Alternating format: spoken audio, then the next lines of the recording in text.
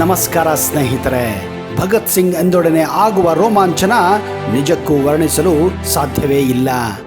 ನಿಮ್ಮಂತೆ ಶಾಲಾ ಕಾಲೇಜುಗಳಲ್ಲಿ ಓಡಾಡಿ ಪ್ರೀತಿ ಪ್ರೇಮದ ಹಾಡು ಹಾಡುತ್ತಾ ಜಗತ್ತಿನ ಸುಖ ಭೋಗಗಳನ್ನು ಅನುಭವಿಸುತ್ತಾ ಇರಬೇಕಾದಂತಹ ಭಗತ್ ಸಿಂಗ್ 23ರ ಹೊಸ್ತಿಲಲ್ಲಿ ಇನ್ಕ್ಲಾಬ್ ಜಿಂದಾಬಾದ್ ಎಂದು ಜಗತ್ತಿಗೆ ಕೇಳುವಂತೆ ಗುನುಗುಟ್ಟುತ್ತಾ ನೇಣಿಗೆ ಕೊರಳು ಕೊಟ್ಟ ಭಗತ್ ಸಿಂಗ್ ಸಾವು ಕಣ್ಣಲ್ಲಿ ನೀರು ತರುವುದಿಲ್ಲ, ರಕ್ತವನ್ನು ಕುದಿಸುತ್ತದೆ.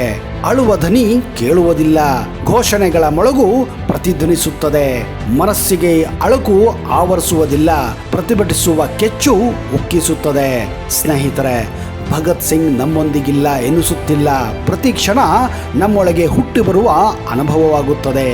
ಗಲ್ಲಿಗೆ ಇರುವ ಮುನ್ನ ಭಗತ್ ಸಿಂಗ್ ತನ್ನ ತಾಯಿಗೆ, ಅಮ್ಮ, ನಿನ್ನ ಮಗ ಇಡೀ ಬ್ರಿಟಿಷ್ ಸಾಮ್ರಾಜ್ಯಶಾಹಿಗೆ ಎದೆಗುಂಡಿಗೆ ಅದುರುವಂತೆ ಮಾಡಿ ಹೆಮ್ಮೆಯಿಂದ ಗಲ್ಲಿಗೇರುತ್ತಿದ್ದಾನೆ. ನಾನು ಗಲ್ಲಿಗೇರುವಾಗ ಖಂಡಿತ ನೀನು ನಗುತ್ತಿರಬೇಕು. ನಿನ್ನ ಕಣ್ಣಲ್ಲಿ ಯಾವತ್ತೂ ಸಾವಿನ ಹೆದರಿಕೆ ಇರಬಾರದು. ಆ ಆಂಗ್ಲರು ಅದನ್ನು ನೋಡಬಾರದು. ನೀನು ಯಾವುದೇ ಕಾರಣಕ್ಕೂ ಕಣ್ಣೀರಿಡಬಾರದು. ನಿನ್ನ ಕಣ್ಣೀರು ನೋಡಿ ಭಗತ್ ಸಿಂಗ್ನ ತಾಯಿ ಅಸಹಾಯಕಳಾಗಿ ಕಣ್ಣೀರಿಡುತ್ತಿದ್ದಾಳೆ ಎಂದು ಬ್ರಿಟಿಷರು ಅಂದುಕೊಳ್ಳುವುದು ನನಗೆ ಸುತಾರಾಮ್ ಇಷ್ಟವಿಲ್ಲ. ಏಕೆಂದರೆ ಜನರ ಕಣ್ಣಲ್ಲಿ ನಿನ್ನ ಮಗ ಹುತಾತ್ಮ ಎಂದು ಧೈರ್ಯ ತುಂಬಿ ಭಗತ್ ಸಿಂಗ್ ನೇಣಿಗೆ ತಮ್ಮ ಕೊರಳನ್ನು ಕೊಡಲು ಸಿದ್ಧರಾಗಿದ್ದರು. ಆ ತಾಯಿ ಕೂಡ ತನ್ನ ಕಣ್ಣೀರನ್ನ ಹೃದಯದಲ್ಲೇ ಇಟ್ಟುಕೊಂಡು ದೇಶಕ್ಕಾಗಿ ಇನ್ಕ್ಲಾಬ್ ಜಿಂದಾಬಾದ್ ಎಂದು ಘೋಷಣೆಯನ್ನು ಕೂಗುತ್ತಿದ್ದರು. ಎಂಥ ವಿಪರ್ಯಾಸ ನೋಡಿ. ತನ್ನ ಕಣ್ಣೆದುರೇ ತನ್ನ ಮಗನನ್ನು ನೇಣಿಗೆ ಹಾಕುವಂತಹ ಪರಿಸ್ಥಿತಿ ಯಾವ ಒಬ್ಬ ತಾಯಿಗೂ ಬರಬಾರದು. ನಿಗದಿಪಡಿಸಿದ ವೇಳೆಗಿಂತ 1 ಗಂಟೆ ಮೊದಲೇ ಭಗತ್ ಸಿಂಗರನ್ನು ಗಲ್ಲಿಗೇರಿಸಲಾಯಿತು ಮತ್ತು ಸತ್ಲೇಜ್ ನದಿಯ ದಡದಲ್ಲಿ ಜೈಲು ಅಧಿಕಾರಿಗಳೇ ರಹಸ್ಯವಾಗಿ ಅಂತ್ಯಕ್ರಿಯೆ ನೆರವೇರಿಸಿದ್ದರು. ನಿಜ ಹೇಳಬೇಕೆಂದರೆ ಸ್ನೇಹಿತರೆ, ಅಂತ ಮಹಾತ್ಮನ ಕಥೆಯನ್ನು ಹೇಳೋಕೆ ಮೈಯೆಲ್ಲ ರೋಮಾಂಚನಕರವಾಗುತ್ತಿದೆ. ಒಂದು ವೇಳೆ ನೀವು ಕೂಡ ನಿಜವಾಗಿಯೂ ದೇಶಭಕ್ತರಾಗಿದ್ದರೆ ಈ ವಿಡಿಯೋನ ಕೊನೆಯವರೆಗೂ ನೋಡಿ ಹಾಗೂ ಎಲ್ಲರ ಜೊತೆ ಹಂಚಿಕೊಳ್ಳಿ. ಅದಕ್ಕಿಂತ ಮೊದಲು ಈ ಚಾನೆಲ್ ಅನ್ನ ಸಬ್ಸ್ಕ್ರೈಬ್ ಮಾಡಿ, ಜೊತೆಗೆ ಬೆಲ್ ಐಕನ್ ಕೂಡ ಪ್ರೆಸ್ ಮಾಡಿ.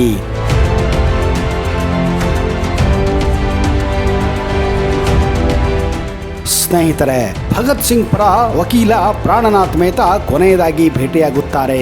ಆಗ ಆ ಭೇಟಿಯ ಸಂದರ್ಭದಲ್ಲಿ ಭಗತ್ ಸಿಂಗ್ ಕೇಳಿದ ಪ್ರಶ್ನೆ ಏನೆಂದರೆ, ನಾನು ಹೇಳಿದ್ದ ದ ರೆವಲ್ಯೂಷನರಿ ಲೆನಿನ್ ಪುಸ್ತಕ ತಂದಿದ್ದೀರಾ ಎಂದು. ಪುಸ್ತಕ ಕೈಗೆ ಸೇರುತ್ತಿದ್ದಂತೆ ಭಗತ್ ಸಿಂಗ್ ಓದಲು ಕುಳಿತುಕೊಳ್ಳುತ್ತಾರೆ. ನಾಳೆ ನೇಣಿಗೆ ಕೊರಳನ್ನು ಕೊಡುವಂತಹ ವ್ಯಕ್ತಿ ಹೀಗೆ ಇರಲು ಸಾಧ್ಯವೇ ಎಂದು ರೋಮಾಂಚನಗೊಂಡ ಮೆಹ್ತಾ ದೇಶವಾಸಿಗಳಿಗೆ ನಿಮ್ಮ ಸಂದೇಶವೇನು ಎಂದು ಕೇಳುತ್ತಾರೆ. ಭಗತ್ ಸಿಂಗ್ ತಮ್ಮ ಪುಸ್ತಕದಿಂದ ತಲೆ ಎತ್ತಿ ಸಾಮ್ರಾಜ್ಯಶಾಹಿಗಳಿಗೆ ಧಿಕ್ಕಾರ, ಇನ್ಕ್ಲಾಬ್ ಜಿಂದಾಬಾದ್ ಎಂದು ಈ 2 ಘೋಷಣೆಗಳನ್ನ ನನ್ನ ಪರವಾಗಿ ಜನತೆಗೆ ತಿಳಿಸಿ ಎಂದು ಹೇಳುತ್ತಾರೆ. ಇಂತಹ ಮಹಾನ್ ವ್ಯಕ್ತಿ ಹುಟ್ಟಿದ್ದು ಸೆಪ್ಟೆಂಬರ್ 27, 1907ರಂದು ಈಗಿರುವ ಪಾಕಿಸ್ತಾನದ ಲಾಯಲ್ಪುರ್ ಜಿಲ್ಲೆಯ ಜುರಾನ್ವಾಲಾ ತಾಲೂಕಿನ ಬಂಗಾ ಎಂಬ ಹಳ್ಳಿಯಲ್ಲಿ. ಭಗತ್ ಸಿಂಗರ ತಾಯಿ ಹೆಸರು ವಿದ್ಯಾವತಿ, ತಂದೆ ಕಿಶನ್ ಸಿಂಗ್. ಆಗಿನ ಕಾಲದಲ್ಲಿ ಜೀವ ವಿಮಾ ಕಂಪನಿಯಲ್ಲಿ ಒಬ್ಬ ಏಜೆಂಟರಾಗಿ ಕೆಲಸ ಮಾಡುತ್ತಿದ್ದರು. ಬಾಲ್ಯದಲ್ಲಿ ಭಗತ್ ಸಿಂಗ್ ಬ್ರಿಟಿಷರೊಂದಿಗೆ ಹೋರಾಟ ನಡೆಸಲು ಹೊಲ ಗದ್ದೆಗಳಲ್ಲಿ ಭತ್ತದ ಬದಲು ಬಂದೂಕನ್ನು ಬೆಳಿಬೇಕೆಂದು ಹೇಳುತ್ತಿದ್ದರು. ಭಗತ್ ಸಿಂಗ್ ಅವರನ್ನು 1931 ಮಾರ್ಚ್ 23ರ ಸಂಜೆ 7:33 ಸಮಯದಲ್ಲಿ ತನ್ನಿಬ್ಬರ ಸಂಗಾತಿಗಳಂತಹ ರಾಜಗುರು ಮತ್ತು ಸುಖದೇವ್ ಅವರ ಜೊತೆ ಗಲ್ಲಿಗೇರಿಸಲಾಗಿತ್ತು. ಈ ಧೀಮಂತ ನಾಯಕನಿಗೆ ಆಗ ಕೇವಲ 23 ವರ್ಷ. ವಂಶದ ಹಿರಿಮೆಯಿಂದ ಕೆಲವರು ನಾಯಕರಾಗುತ್ತಾರೆ, ಇನ್ನು ಕೆಲವರು ಹಣ, ಜಾತಿ ಇತ್ಯಾದಿ ಅನ್ಯ ಮಾರ್ಗಗಳಿಂದ ನಾಯಕರಾಗುತ್ತಾರೆ. ಇವರೆಲ್ಲ ನಾಯಕರೆಂದು ಸ್ವಯಂ ಘೋಷಿಸಲ್ಪಟ್ಟವರು. ಆದರೆ ಭಗತ್ ಸಿಂಗ್ ದೇಶಕ್ಕೆ ಪರಿಚಯವಾಗಿದ್ದು ವಂಶ, ಹಣ ಈ ಎಲ್ಲ ಸ್ವಯಂ ಘೋಷಿತ ಅಧಿಕಾರದಿಂದಲ್ಲ, ಬದಲಾಗಿ ಚಳುವಳಿಗಳ ಮೂಲಕ. ದೇಶವನ್ನು ಆಳಲು ಅಧಿಕಾರವೇ ಬೇಕೆಂದೆನಿಲ್ಲ, ಅಧಿಕಾರ ಪಡೆಯುವುದು ಕೇವಲ ಹೆಸರಿಗಾಗಿ. ಜಲಿಯನ್ ವಾಲಾ ಬಾಗ್ ಹತ್ಯಾಕಾಂಡ ಭಗತ್ ಸಿಂಗ್ ಜೀವನದ ಮೇಲೆ ಬಹಳ ಪ್ರಭಾವ ಬೀರಿತ್ತು.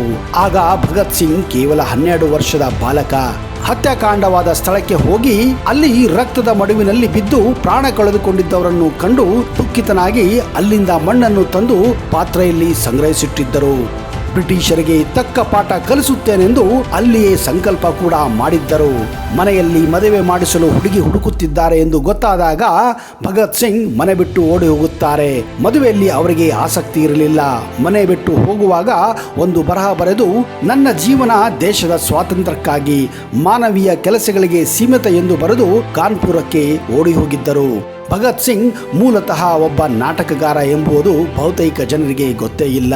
ಕಾಲೇಜು ದಿನಗಳಲ್ಲಿ ವೇದಿಕೆ ಪ್ರದರ್ಶನಗಳ ಮೂಲಕ ಭಗತ್ ಸಿಂಗ್ ಹೆಸರುವಾಸಿಯಾಗಿದ್ದರು. ಅವರು ಅಭಿನಯಿಸುತ್ತಿದ್ದ ರಾಣಾ ಪ್ರತಾಪ್ ಸಿಂಗ್ ಹಾಗೂ ಚಂದ್ರಗುಪ್ತ ಮೌರ್ಯ ಬಹುಮುಖ್ಯ ಪಾತ್ರಗಳಾಗಿದ್ದವು. ಮಹಾತ್ಮ ಗಾಂಧಿಯವರ ಅಹಿಂಸಾವಾದದ ಬಗ್ಗೆ ಭಗತ್ ಸಿಂಗ್ಗೆ ಸ್ವಲ್ಪವೂ ನಂಬಿಕೆ ಇರಲಿಲ್ಲ. ಮದುವೆಯಾಗಲು ನಿರಾಕರಿಸಿದ ಅವರು ದೇಶಕ್ಕಾಗಿ ತಮ್ಮ ಜೀವನವನ್ನೇ ಮುಡುಪಾಗಿಟ್ಟಿದ್ದರು. ದೆಹಲಿಯ ಸೆಂಟ್ರಲ್ ಅಸೆಂಬ್ಲಿಯಲ್ಲಿ ಬಾಂಬ್ ಎಸೆದು ಅವರು ಬ್ರಿಟಿಷ್ ಪೊಲೀಸರಿಗೆ ಶರಣಾಗಿದ್ದರು. ಆದರೆ ಬಾಂಬ್ ಎಸೆದಿಂದ ಯಾವುದೇ ಸಾವು ನೋವು ಆಗ ಆಗಿರಲಿಲ್ಲ. ಇದು ಕೇವಲ ಬ್ರಿಟಿಷರ ಗಮನ ಸೆಳೆದು ಸತ್ಯ ಹುಡುಕುವುದೇ ಭಗತ್ ಹಾಗೂ ಅವರ ಗೆಳೆಯರ ಉದ್ದೇಶವಾಗಿತ್ತು. ಹೀಗಾಗಿ ರಿವಾಲ್ವರ್ ಅನ್ನು ಎಸೆದು ತಪ್ಪಿಸಿಕೊಳ್ಳುವ ಪ್ರಯತ್ನ ಕೂಡ ಅವರು ಮಾಡದೆ ಇನ್ಕ್ಲಾಬ್ ಜಿಂದಾಬಾದ್ ಎಂದು ಕೂಗುತ್ತಲೇ ಸೆರೆವಾಸ ಆಗಿದ್ದರು. ಬಾಂಬ್ ಎಸೆದ ಬಳಿಕ ಕಿವುಡರಿಗೆ ಕೇಳಿಸಬೇಕಾದರೆ ಸದ್ದು ಬಹಳ ಜೋರಾಗಿರಬೇಕು. ಬಾಂಬ್ ಎಸೆದಾಗ ಯಾರನ್ನಾದರೂ ಕೊಲ್ಲುವುದು ಅವರ ಉದ್ದೇಶ ಆಗಿರಲಿಲ್ಲ. ಕೇವಲ ಬ್ರಿಟಿಷ್ ಸರ್ಕಾರಕ್ಕೆ ಬಾಂಬ್ ಹಾಕಿದ್ದೇವೆ ಎಂದು ಭಗತ್ ಸಿಂಗ್ ಹೇಳಿಕೊಂಡಿದ್ದರು. ಇನ್ಕ್ಲಾಬ್ ಜಿಂದಾಬಾದ್ ಅಂದರೆ ಕ್ರಾಂತಿ ಚಿರಾಯುವಾಗಲಿ ಎಂದರ್ಥ. ಈ ಘೋಷಣೆ ಹುಟ್ಟು ಹಾಕಿದ್ದೇ ಆ ಮಹಾನ್ ವ್ಯಕ್ತಿ ಭಗತ್ ಸಿಂಗ್. ಇದು ಅಂತಿಮವಾಗಿ ಭಾರತದ ಸಶಸ್ತ್ರ ಸ್ವಾತಂತ್ರ್ಯ ಹೋರಾಟದ ಘೋಷಣೆಯಾಗಿ ಮಾರ್ಪಟ್ಟಿತ್ತು. ಈಗಲೂ ಕೂಡ ಎಲ್ಲಾದರೂ ನ್ಯಾಯ ಬೇಕೆಂದು ಘೋಷಣೆ ಕೂಗಲು ಪ್ರಾರಂಭಿಸಿದರೆ ಮೊದಲು ಬರುವುದೇ ಇನ್ಕ್ಲಾಬ್ ಜಿಂದಾಬಾದ್ ಎಂದು. ಸಮಾಜವಾದ ಮತ್ತು ಕ್ರಾಂತಿಯ ಬಗೆಗಿನ ಸಾಹಿತ್ಯವನ್ನು ಅವರು ಅತಿ ಚಿಕ್ಕ ವಯಸ್ಸಿನಲ್ಲಿ ಓದಲು ಆರಂಭಿಸಿದ್ದರು. ಅವರಲ್ಲಿದ್ದ ಓದಿನ ಪ್ರೀತಿಯ ಬದುಕಿನ ಕೊನೆ ಕ್ಷಣವರೆಗೂ ಇತ್ತು. ಬ್ರಿಟಿಷ್ ಪೊಲೀಸ್ ಅಧಿಕಾರಿಗೆ ಗುಂಡಿಕ್ಕಿದ ಆರೋಪದ ಮೇಲೆ ಅವರಿಗೆ ನೇಣು ಶಿಕ್ಷೆ ವಿಧಿಸಲಾಗಿತ್ತು. ಮಾರ್ಚ್ 24, 1931 ಬೆಳಿಗ್ಗೆ ಅವರನ್ನು ನೇಣಿಗೆ ಏರಿಸಲು ತೀರ್ಮಾನಿಸಲಾಗಿತ್ತು. ಆದರೆ ಭಗತ್ ಸಿಂಗ್ಗೆ ವಿಧಿಸುವ ಶಿಕ್ಷೆಯನ್ನು ರದ್ದು ಮಾಡಬೇಕೆಂದು ಲಾಹೋರ್ ಸೆಂಟ್ರಲ್ ಜೈಲಿನ ಎದುರು ಸುಮಾರು 25ರಿಂದ 30 ಸಾವಿರಕ್ಕೂ ಮಿಕ್ಕಿದ ಜನ ಪ್ರತಿಭಟನೆಯನ್ನು ಹಮ್ಮಿಕೊಂಡಿದ್ದನ್ನ ಅರಿತ ಬ್ರಿಟಿಷರು ಅದನ್ನು 11 ಗಂಟೆಗೆ ಹಿಂದೂಡಿ, ಅಂದರೆ ಮಾರ್ಚ್ 23, 1931 7:30ಕ್ಕೆ ಅವರನ್ನ ಗಲ್ಲಿಗೇರಿಸಿದರು. ಭಗತ್ ಸಿಂಗರೊಂದಿಗೆ 22ರ ಹರೆಯದ ರಾಜಗುರು ಹಾಗೂ 23 ಹರೆಯದ ಸುಖದೇವ್ ಕೂಡ ಗಲ್ಲಿಗೇರಿಸಿದ್ದರು. ಸಾವು ಭಗತ್ ಸಿಂಗ್ಗೆ ಭಯ ಹುಟ್ಟಿಸಲೇ ಇಲ್ಲ ಸ್ನೇಹಿತರೆ. ನೇಣುಗಂಬಕ್ಕೆ ಏರುವ ಮೊದಲ ದಿನ ಪ್ರಾಣನಾಥ, ನಿನ್ನ ಅಂತಿಮ ಇಚ್ಛೆ ಎಂದು ಭಗತ್ ಸಿಂಗ್ಗೆ ಕೇಳಿದಾಗ ಅವರು ಹೇಳಿದ್ದು ಇಷ್ಟೇ: ಮತ್ತೆ ನನಗೆ ಜನ್ಮ ಲಭಿಸಲಿ ಮತ್ತು ಮಾತೃಭೂಮಿಗೆ ಇನ್ನೂ ಅಧಿಕವಾದ ಸೇವೆ ಸಲ್ಲಿಸಲು ಅವಕಾಶ ದೊರೆಯಲಿ ಎಂದು ಅವರು ಕೇಳುತ್ತಾರೆ. ಹೀಗೆ ತಮ್ಮ ಪ್ರಾಣವನ್ನ ದೇಶದ ಸ್ವಾತಂತ್ರ್ಯಕ್ಕಾಗಿ ಸಮರ್ಪಿಸಿದ ಆ ಮಹಾನ್ ಹುತಾತ್ಮರಿಗೆ ಫೋಕಸ್ ತಂಡವ ಪರವಾಗಿ ಒಂದು ದೊಡ್ಡ ಸಲ್ಯೂಟ್. ಸ್ನೇಹಿತರೆ, ಭಗತ್ ಸಿಂಗ್ ಭಾಗ 2 ಅತಿ ಶೀಘ್ರದಲ್ಲಿ ನಿಮ್ಮ ಮುಂದೆ ಪ್ರಸ್ತುತಪಡಿಸ್ತಾ ಇದ್ದೀನಿ. ಅಲ್ಲಿಯವರೆಗೆ Jai Hind, Jai Karnataka, and you take care.